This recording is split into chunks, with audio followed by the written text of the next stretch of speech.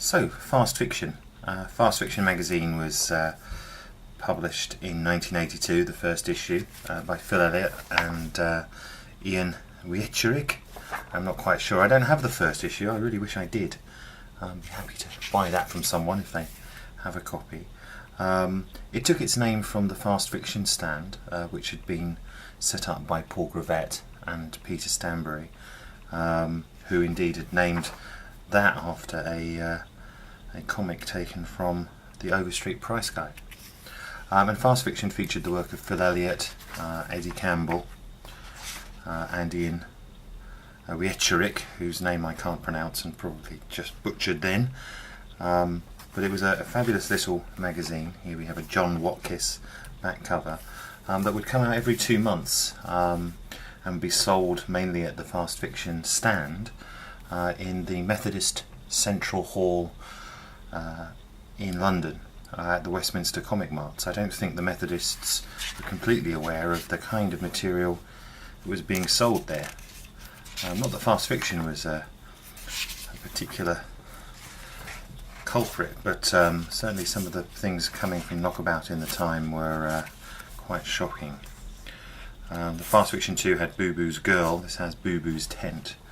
I don't think this is actually part of the standard Alec story, although clearly it's about the same character.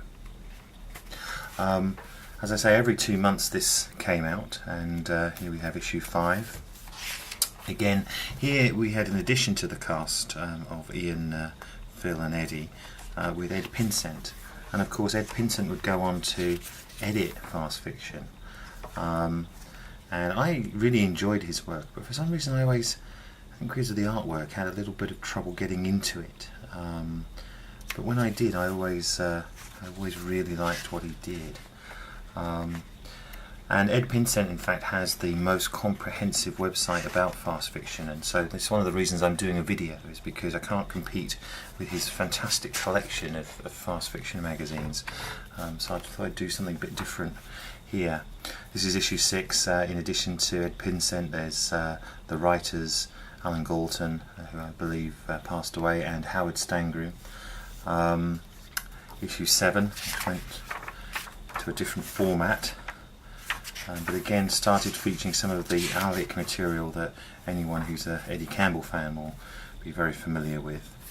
And of course this material appears in the Big Alec book, which also has a section from How to Be an Artist, which includes the stories of these days as these particular magazines were being published. From issue 7 to issue 9, I'm not sure where issue 8 went, but issue 9 had more Alec, more Phil Elliott, also had some Russell Christian, and his work was again a bit difficult to get into, but fascinating once you did. And issue 10 was contained within issue 9. These tiny little publications that this was an Eddie Campbell 10A. A little strip about him finding a £15 written in his bank book, which looks to him like a kitten poss. A little surreal story based on that, and then followed by an Alec related vignette. Pennymore danced go-go on my chest of drawers. So great stuff there. More Russell Christian, some Ed Pinsent work again. A nice little surreal episode here from Ed. All packaged in a little plastic bag, no doubt hand stapled into the photocopied booklet, which also had, as I say, Ed Pinsent, Phil Elliott, Pete Woodin. Yes, he was very strange, but enjoyable. Pinsent was due to take over from issue 12. Issue 11 though has his address in it, and includes work now by Glen Dakin, who's another huge favourite of mine. I love Glen Dakin, and here we have a Captain Oblivion strip at the back.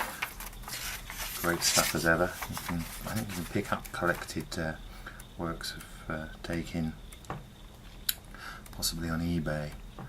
But some great stuff here, of course, including again another outing for Alec by Eddie Campbell. And then the final issue that I have from around the time I was actually buying them was issue 15. More Captain Oblivion, more Ed Pinsent. Good Lord, I'm not quite sure who that's by, but I think this one also has a Tros Phoenix, now Woodrow Phoenix, behind Nelson, the anthology. This is a great little strip too. So amazing. So Fast Fiction magazine, just one of the many small press magazines that brightened up my young teenage years in the mid 1980s.